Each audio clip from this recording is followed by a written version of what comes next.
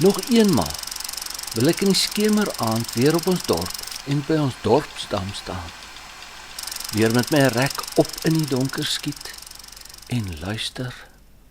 En al word ek seer en dof, hoe die klein klippie ver weg in die riet, uit donker in die donker water plof.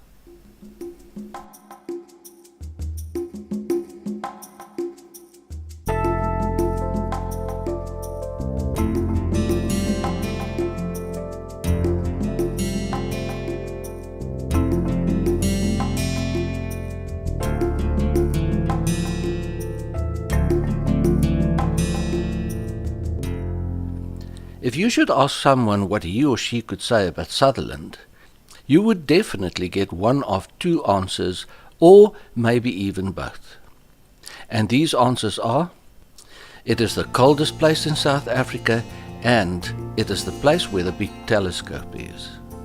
Both of these answers are spot on, but that's by far not all that makes Sutherland such an exceptional place.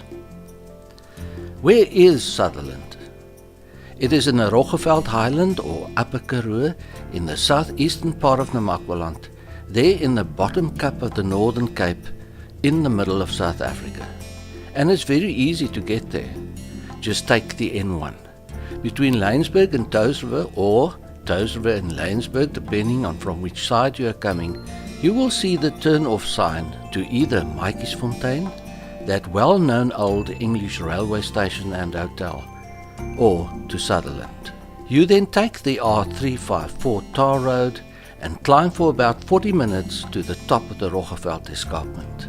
After another 10 minutes or so, you will see the little town with its church steeple and white houses nestled in a valley between the hills, with the observatory on a high hill on the right and the radar station on Swarweerberg on the left.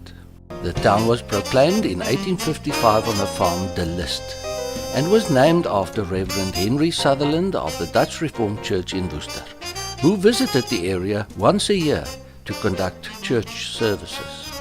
The town is 1,550 meters above sea level, and in 1872 it consisted of 19 dwellings and had a population of 138 souls. Today the town mainly services a sheep farming area, and the population count exceeds 3,648. Everybody knows that Sutherland is famous for the big telescope, so let's go and have a look for ourselves. About 18 kilometers outside of town on the Fraserburg Road, you will find the entrance to the South African Astronomical Observatory. As your car approaches the gate, it will open automatically. Drive through and report to the visitors' reception complex. They usually have daily guided tours where you can see and experience the big and older telescopes firsthand, and where you can meet the salt. But before I forget, it'll be a good idea to phone first and book on a guided tour, otherwise your trip out there could be fruitless.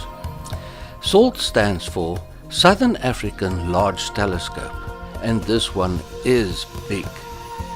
With SALT, you can observe stars and galaxies that are 1 billion times too faint to see with the naked eye. It's so powerful that one will be able to see the light of a single candle on the surface of the moon. Your visit to the observatory will be very rewarding and a worthwhile investment. Once the guided tour at the observatory is completed, you can visit Salpeterkop, a volcano that was still active up to about 66 million years ago. You will have to climb a little on foot to get to the top, but you'll be rewarded with an unbelievable panoramic view of the whole area, because the top of Salpeterkop is 1,767 meters above sea level. Now to the other side of Sutherland. There on Swarweerberg is the big radar directional beacon, without which the big jets flying between Johannesburg and Cape Town will not always know exactly where they are. This radar station is also unique in the sense that it is totally unmanned and remote controlled from Cape Town via satellite link. On the interesting and winding dirt road to the radar station, you may even see a klipspringer. and beautiful sunsets and sunrises can only be very spectacular from the top of Swartweerberg. Back in town, you just have to visit the Louwhuis Museum. If you enter the house through the front door in Jubilee Street and go through the first passage door on your right, you'll be in Moltke and Poppy Louw's bedroom, where their all-male offspring were born early in the 20th century. The second and fourth little boys, N.P. van Wyk Louw and his younger brother, V.E. Gladstone Louw, grew up to become Afrikaans poets of outstanding stature, who raised the Afrikaans language to a literal level unheard of at that stage. And then it will just not be possible to wave Sutherland goodbye if you have not visited the beautiful Dutch Reformed Church building in the centre of town. It was inaugurated in 1901 and was designed by Charles Freeman, the architect who also designed the Standard Bank building in Cape Town and the Dutch Reformed Church building in Graaff-Reinet in the Great Karoo. This old building has been able to withstand the ups and downs of time, even when it was used as a fort by the English forces during the Anglo-Boer War. It is truly a good example of how, in the old days, the church building was the center of the community and the very first thing you could see when nearing town from any direction. But the snow blanket starts unfolding over the Roggeveld rocks, and the Boeing is drawing white lines in the sky as it starts breaking for the landing in Cape Town, and the sun is drawing water behind the beautiful church. Now you need warmth, a place to lie down and rest, a relief for body, soul and spirit. Now you've got a choice of places to stay, like La Paris, Skrywershuisie, Honeymoon Suite, Baroo, Doekvoet, Kambroekind, Fontein, Fonteintjie or Saffron.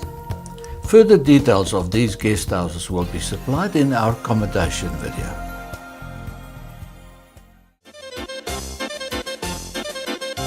Talking about the cold, in Sutherland a winter hardly ever goes by without snow. It is, after all, the coldest place in South Africa, and sometimes it really snows. Drive through town with us and see for yourself.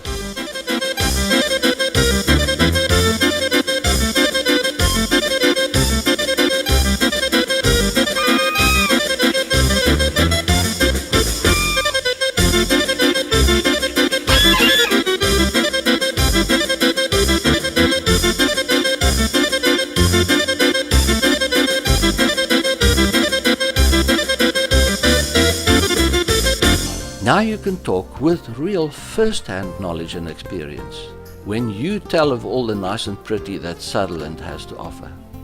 And if you need more information, you can always visit the World Wide Web and go to www.sutherlandinfo.co.za or send an email to info@sutherlandinfo.co.za.